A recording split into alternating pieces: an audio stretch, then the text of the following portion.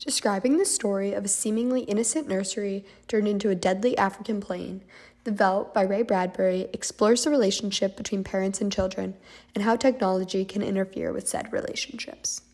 Taking place in America in the 1950s, the futuristic setting of this story demonstrates the fear of technology and shows uncertainty that the population felt about rapid changes in the world in this time.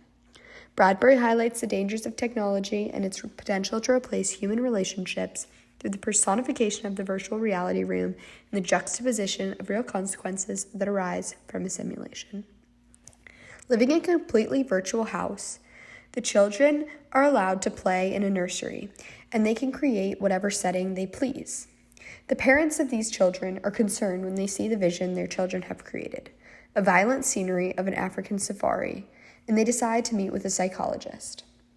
He tells the parents that before, the children have Santa Claus. Now they have Scrooge.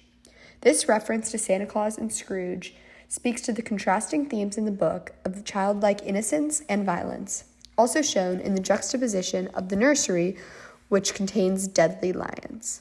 While the notion of Santa and Scrooge seem playful and wholesome, this comparison speaks to the reality that the children see the room as better than their own parents. Choosing the parents to represent Scrooge creates an imagery of them as a villain in their children's eyes. Scrooge is also a character who refused to change his behavior, or else he faced consequences. The parents are also faced with the potential to change throughout the story, as Scrooge was. They can either accept the nursery as their children see it, or they can try and change that ideal. When they choose to not change and be okay with the children's choice, the children turn on them, choosing the nursery over their own family and leading to their parents' death. This is also explored later in the story when Bradbury writes that the room is their father and mother. This is a more direct comment on the personification of the room, further showing how human the technology has become. This speaks to many readers' fears that technology could become so realistic that it could actually replace human relationships. The effect of technology and its impacts is shown in how the family has built their lives around creature comfort.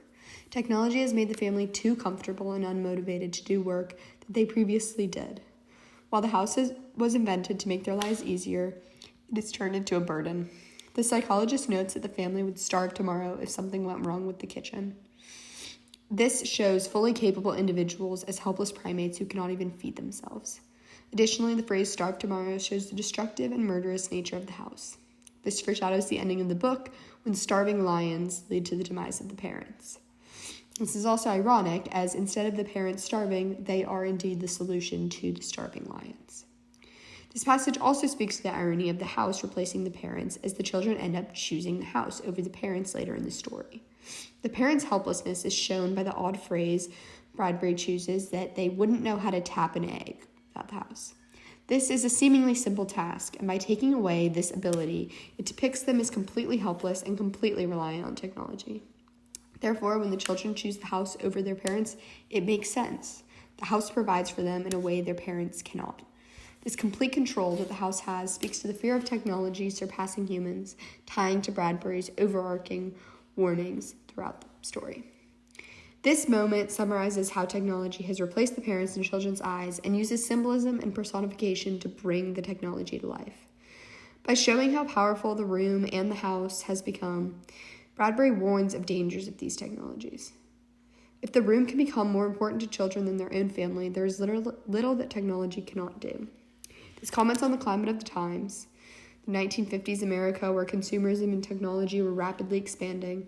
Bradbury's story serves as a message to Americans to be wary of their quickly changing lifestyles and to understand that while technology can bring good, it can also stand in the way of relationships and human interaction, and that they should proceed with caution.